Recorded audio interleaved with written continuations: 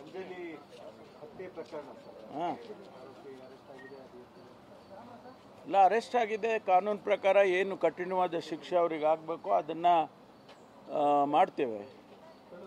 ಇದರಲ್ಲಿ ಯಾವ ಮುಲಾಜು ಕೂಡ ಇಲ್ಲ. ಇಂಥ ಮರ್ಡರ್ ಕೇಸ್ಗಳಲ್ಲಿ ಯಾವುದೇ ಮುಲಾಜು ಕೂಡ ಇಲ್ಲ.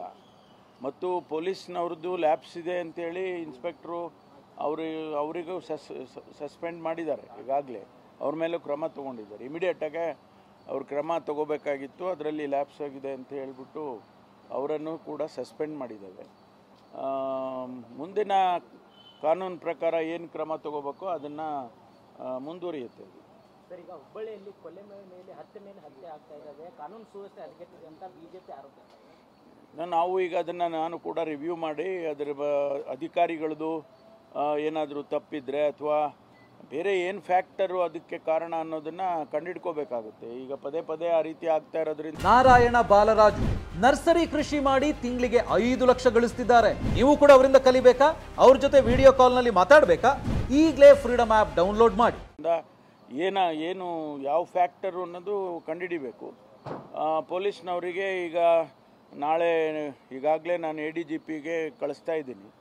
ಅವರು ರಿವ್ಯೂ ಮಾಡಿ ನನಗೆ ವರದಿ ಸಲ್ಲಿಸ್ತಾರೆ. ಸಾಧ್ಯ ಆದರೆ ನಾನು ಹೋಗ್ತೀನಿ. ಸರ್, ಅವರು ಮೊದಲು ಕಂಪ್ಲೇಂಟ್ ಕೊಟ್ಟಿದ್ರಂತೆ ಸರ್, ಈ ರೀತಿ ಕಂಪ್ಲೇಂಟ್ ಇಲ್ಲ, ಅವರು ತಿಳಿಸಿದ್ದಾರೆ ಅಂತ ಹೇಳಿ ನನಗೆ ಬಂದಿರೋ ವರ್ತಮಾನ. ರಿಟರ್ನ್ ಕಂಪ್ಲೇಂಟು ಇಲ್ಲ ಅಂತ ಹೇಳಿದರು. ಬಟ್ ಅವ್ರು ಹೇಳಿದ್ದಾರೆ ಅಂತ ಅದಕ್ಕಾಗಿ ಅವರು ಆ ಇನ್ಸ್ಪೆಕ್ಟರ್ಗಳನ್ನ ಸಸ್ಪೆಂಡ್ ಮಾಡಿದ್ದೀವಿ. ಅದ್ರ ಬಗ್ಗೆನೂ ತನಿಖೆ ಆಗುತ್ತೆ.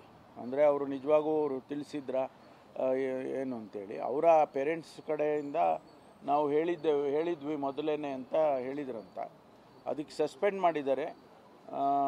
ಮತ್ತು ಅದ್ರ ಮೇಲೆ ಎನ್ಕ್ವೈರಿ ಆಗುತ್ತೆ. ಒಂದು ವೇಳೆ ಆ ರೀತಿ ಅವ್ರು ತಿಳಿಸಿದ್ರೆ ಬೇರೆ ರೀತಿಯಲ್ಲಿ ಕ್ರಮ ತಗೊಳ್ತೀವಿ ಅಧಿಕಾರಿಗಳ ಮೇಲೆ. ಅಂಜಲಿ ಹತ್ಯೆ ಪ್ರಕರಣ ಇಲ್ಲ, ಅರೆಸ್ಟ್ ಆಗಿದೆ. ಕಾನೂನು ಪ್ರಕಾರ ಏನು ಕಠಿಣವಾದ ಶಿಕ್ಷೆ ಅವ್ರಿಗೆ ಆಗಬೇಕು ಅದನ್ನು ಮಾಡ್ತೇವೆ. ಇದರಲ್ಲಿ ಯಾವ ಮುಲಾಜು ಕೂಡ ಇಲ್ಲ. ಇಂಥ ಮರ್ಡರ್ ಕೇಸ್ಗಳಲ್ಲಿ ಯಾವುದೇ ಮುಲಾಜು ಕೂಡ ಇಲ್ಲ.